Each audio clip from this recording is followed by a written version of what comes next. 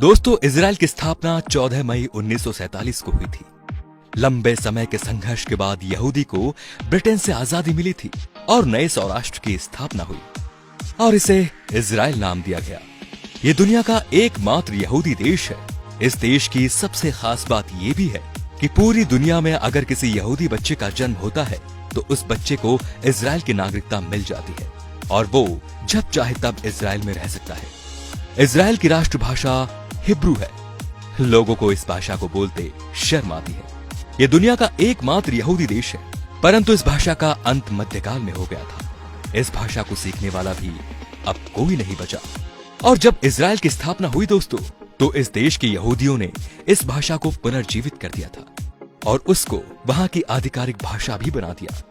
2000 के आंकड़ों के अनुसार यहाँ की जनसंख्या 92 लाख के आसपास है। देखा जाए तो ये दिल्ली और मुंबई से बहुत कम है। क्षेत्रफल में केरल से भी छोटा है। इजराइल एकमात्र ऐसा देश है जहां प्रत्येक नागरिक को मिलिट्री ट्रेनिंग लेना बहुत जरूरी है, फिर वो राष्ट्रपति का बेटा ही क्यों ना हो।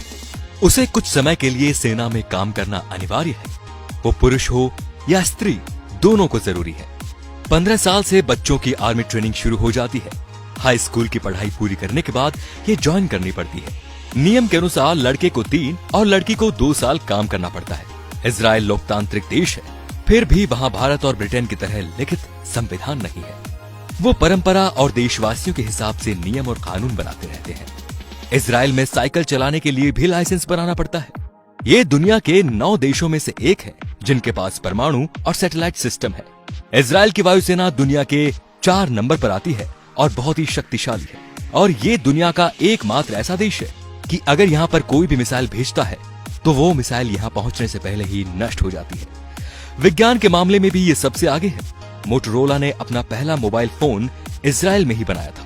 माइक्रोसॉफ्ट के लिए पहला पेटीएम जीपैड यहीं बनाया गया था। वॉइसमेल भी यहीं विकसित की गई। वैज्ञानिक अल्बर्ट आइंस्टाइन भी यहूदी थे। उनको इजराइल का राष्ट्रपति बनने का ऑफर भी दिया गया था, लेकिन उन्होंने मना कर दिया कि वो राजनीति के लिए नहीं बने। फेसबुक के संस्थापक भी यहूदी है। आजादी के समय ना यहाँ खेती की जाती थी और ना ही पानी का स्रोत था। फिर टेक्नोलॉजी के चलते चलते आज के समय में 99 खाद्य पदार्थ खुद पैदा करता है। इसके अलावा समुद्र के पानी को पीने और दूसरे काम में प्रयोग भी करता है। यहाँ पर 40 बुक स्टोर है क्योंकि यहाँ सरकार किताबें पुख्ता करवाती है। यहाँ पर 137 बीच है। यहाँ का समुद्र तल सिर्फ 273 सेंटीमीटर लंबा है। यहाँ की एजेंसी मुसाद दुनिया की सबसे ज्यादा खतरनाक है, जो 6 डे वॉर के नाम से जानी जाती है। दोस्तों, इजराइल भारत को अपना सच्चा दोस्त मानता है। इसके बावजूद भी 2017 से पहले किसी भी भारतीय प्रधानमंत्री ने इजराइल की यात्रा नहीं की। इसके पीछे शायद उन सभी प्रधानमंत्रियों के नाराज हो जाने का डर था। लेकिन 2017 में प्रधानमंत्री नरेंद्र मोदी इजराइल का दौरा करने वाले पहले प्रधानमंत्री बने।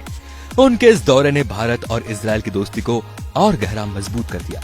दोस्तों, 2014 से पहले जब हमारे देश में कोई आतंकवादी हमला होता था तब उसकी कड़ी निंदा की जाती थी, जबकि 1948 से ही इजराइल का एक ही मूल मंत्र रहा है कि अगर किसी देश ने हमारे देश के एक नागरिक को मारा तो हम उसके देश में घुसकर उसके 1000 नागरिक को मारेंगे।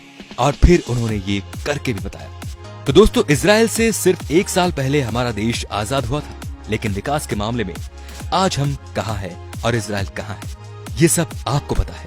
तो आप सभी को भी इजरायली नागरिकों से यही सीख लेनी चाहिए और अपने देश की तरक्की में पूरा योगदान करना चाहिए। धन्यवाद।